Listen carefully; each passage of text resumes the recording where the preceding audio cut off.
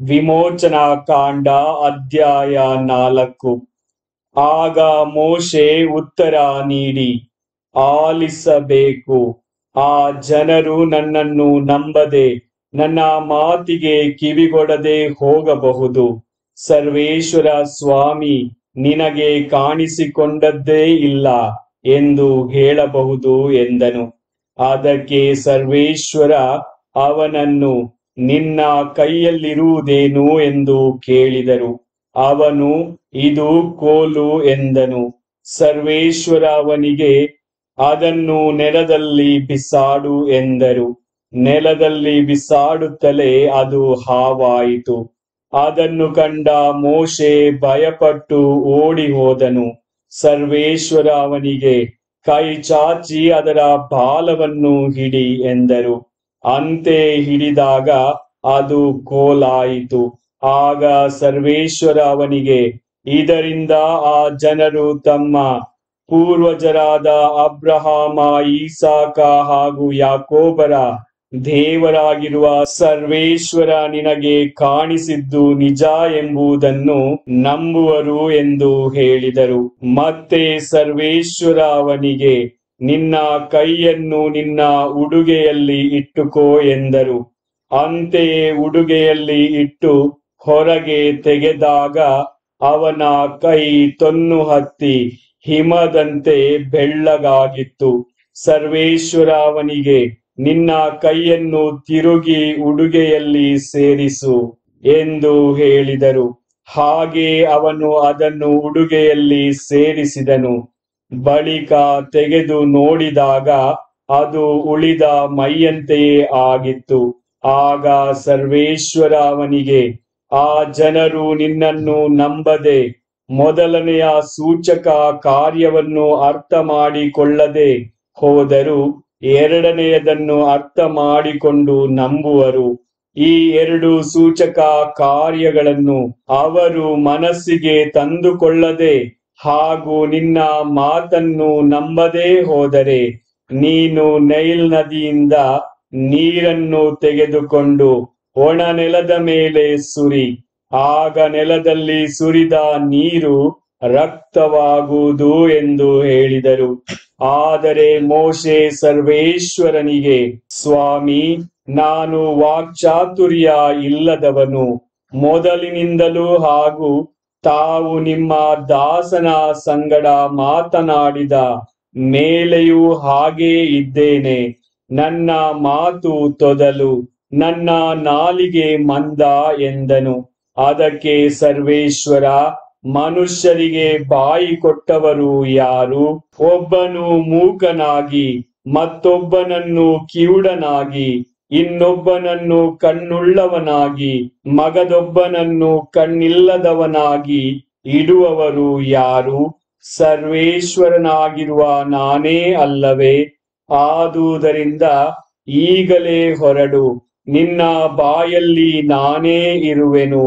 ನೀನು ಮಾತನಾಡಬೇಕಾದುದನ್ನು ನಿನಗೆ ಕಲಿಸಿಕೊಡುವೆನು ಎಂದು ಹೇಳಿದರು.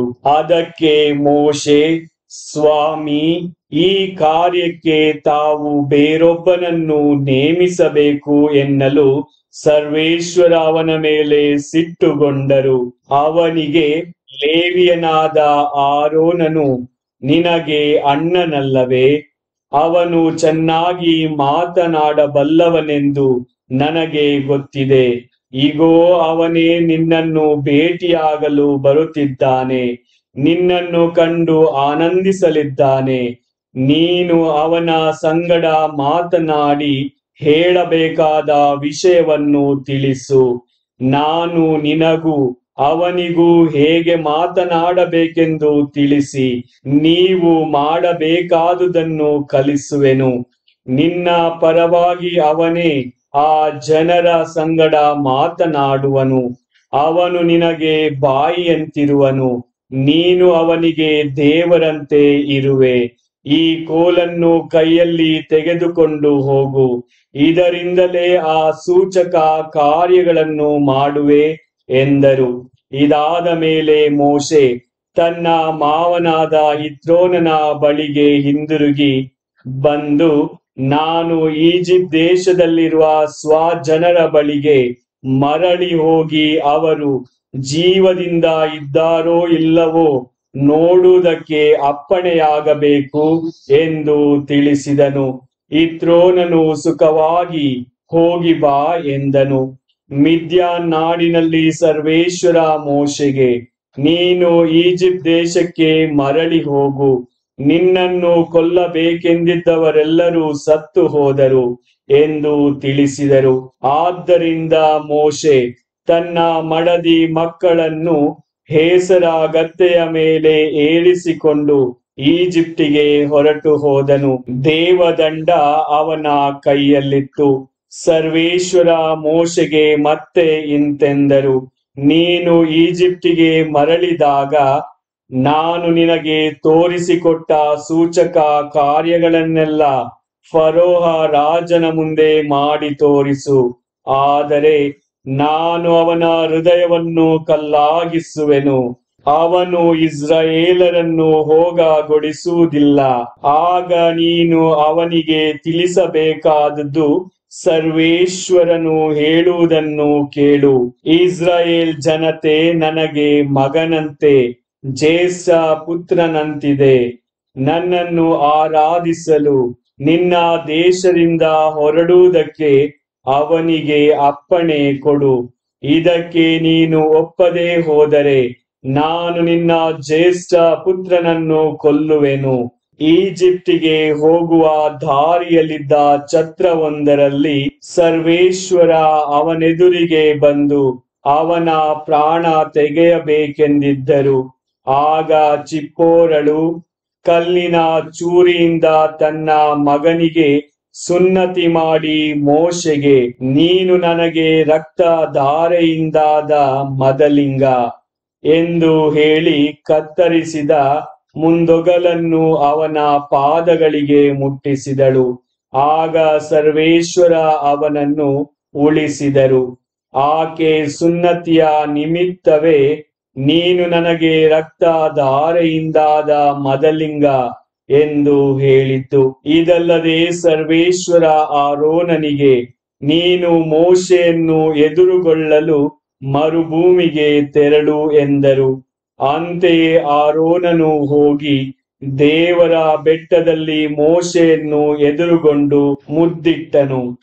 ಆಗ ಮೋಶೆ, ಸರ್ವೇಶ್ವರ ಸ್ವಾಮಿ ತನ್ನನ್ನು ಕಳುಹಿಸುವಾಗ ಯಾವ ಮಾತುಗಳನ್ನು ಹೇಳಿದರೋ, ಏನೇನು ಸೂಚಕ ಕಾರ್ಯಗಳು ಮಾಡಬೇಕೆಂದು ಆಜ್ಞಾಪಿಸಿದರೋ ಅವುಗಳನ್ನೆಲ್ಲ ಆರೋನನಿಗೆ ತಿಳಿಸಿದನು.